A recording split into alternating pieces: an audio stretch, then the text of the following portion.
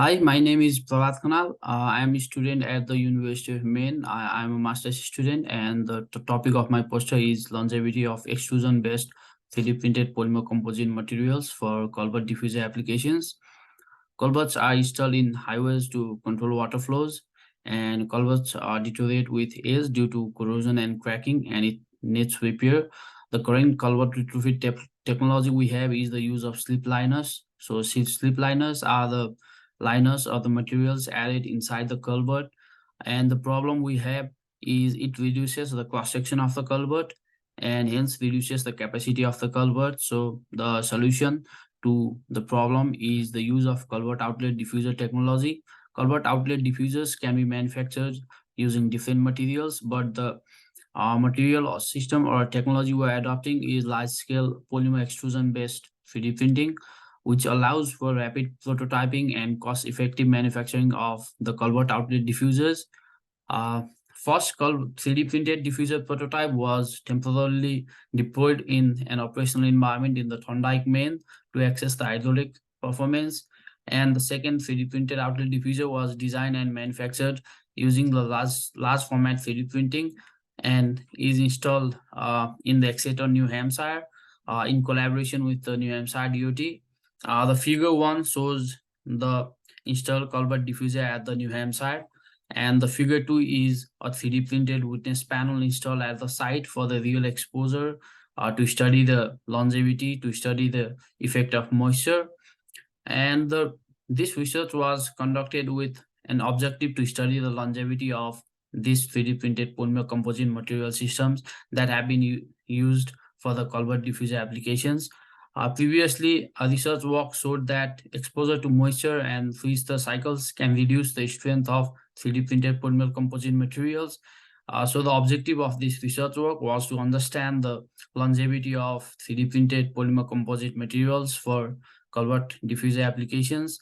And we're studying the change in mechanical properties with time for different accelerated environmental exposures, which are evaluated experimentally.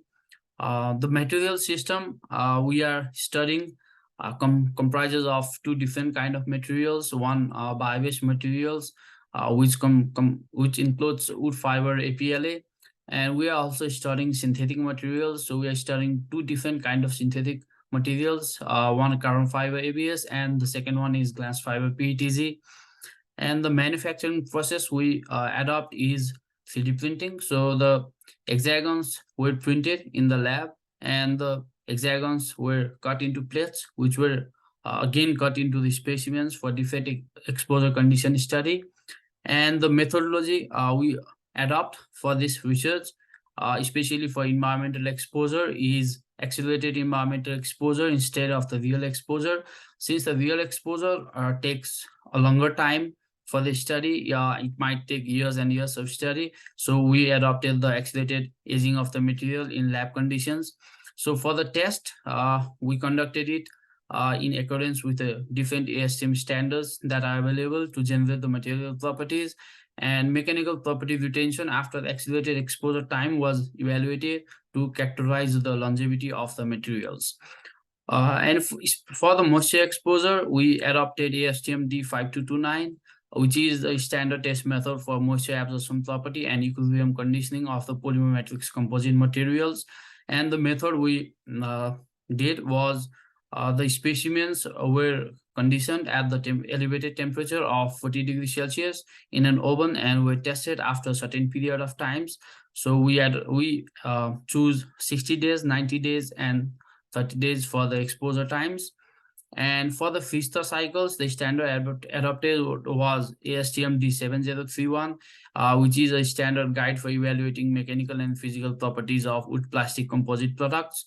And the method consisted of the hydrothermal or freeze-thaw cycles. One cycle comprises of specimens submerged underwater for 24 hours at the room temperature, in a freezer at negative 20 degrees Fahrenheit for another 24 hours, and return to the room temperature for another 24 hours. So one cycle consists of 3 days of conditioning, and we conditioned specimens for 3, 6, and 9 cycles before testing. So the specimens were tested after the 3 cycles of freeze-thaw exposure, 6 cycles of freeze-thaw exposures, and 9 cycles of freeze-thaw exposures. The test method we adopted is mechanical testing. We did the tensile test for the evaluation of materials' mechanical properties, and the properties that were determined are ultimate tensile strength, ultimate strain, modulus of elasticity, and Poisson's ratio. Moving forward to the results and discussions, through all these mechanical tests, what we generated is stress strain curves. So the stress strain curves, from the stress strain curves, we can see the slopes gives us the modulus of elasticity. So we can see how the modulus of elasticity changed from the baseline specimens tested to the conditioned specimens. So I have 3 different stress strain curves. The first one is for the carbon fiber ABS specimens that were exposed in moisture at the elevated temperature. The second one is for the glass fiber PETG, and the third one is for the wood fiber APLA. From the first curve, we can see that there is no significant reduction in mechanical properties of the carbon fiber ABS due to the moisture exposure, because the curves, baseline curves, and all 3 other 1, 2, and 3 month moisture exposure curves are pretty much similar and have more or less same slope, which represents the modulus of elasticity. So it shows that there is no significant reduction in mechanical properties. The second curve for the glass fiber PETG shows similar kind of results as carbon fiber ABS. Since all the curves, baseline 1 month, 2 month, and 3 month exposure curves are pretty much similar with similar value of slope, so there is no significant reduction in mechanical properties of glass fiber PETG due to moisture exposure as well. And the third curve shows is for the wood fiber APLA. So the slope has changed. We have the highest slope for the baseline specimens, which is represented by the blue colored line, and we have the slope reduced after a certain period of exposure. So the wood fiber APLA specimens had the reduced mechanical properties after the exposure. So there was significant reduction in mechanical properties that was seen after the moisture exposure, and it shows that the wood fiber APLA is affected by the moisture. And the last curve is the moisture absorption properties or subsume curves generated for the polymer matrix composite materials.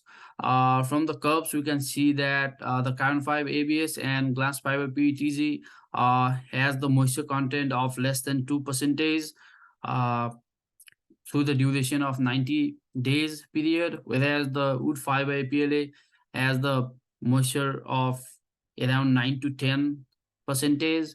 The curves, there are 6 curves. 3 are for the 1D specimens and 3 are for the 3D specimens. So the specimens were cut in 2 different directions from the plates, one along the beads or along the printing direction that are represented as the 1D specimens, and another along through the thickness of the plates that are represented as the 3D direction, as shown in the material directions. And the moisture absorption curves were generated using the moisture absorption during the conditioning. The table shows the reduction of modulus of elasticity of wood fiber APL specimens that were cut along the bead due to accelerated exposure to moisture. So we can see that the baseline modulus of elasticity value is higher, and the modulus of elasticity after the 1 month exposure is lower than the baseline one. After the 2 month exposure is even lower, and after the 3 month exposure is even more lower. So there was significant reduction in the modulus of elasticity, around 37% after 3 month exposure for the wood fiber APLA. So finally, the ongoing research work are the testing for the accelerated exposure to the freeze-thaw cycles. We are planning to do that, or we are doing that actually right now. And we also plan to do the actual external exposure of the plate. So the we can see from the figure 2 that the witness panels have been installed at the site for the actual exposure. So we are planning to test those panels after a certain period of exposure, and then compare the result of this aerial exposure with the accelerated exposure test results that we have conducted in the lab. We are also planning to do the statistical analysis or to determine if the change in properties after the exposure are statistically significant using the ANOVA. And we are planning to do the matrix resolution of the printed materials and conduct scanning electron microscope or SEM image analysis for fiber length analysis to understand how our materials is and to define the longevity or to define our test results. Yeah, that's it. Thank you.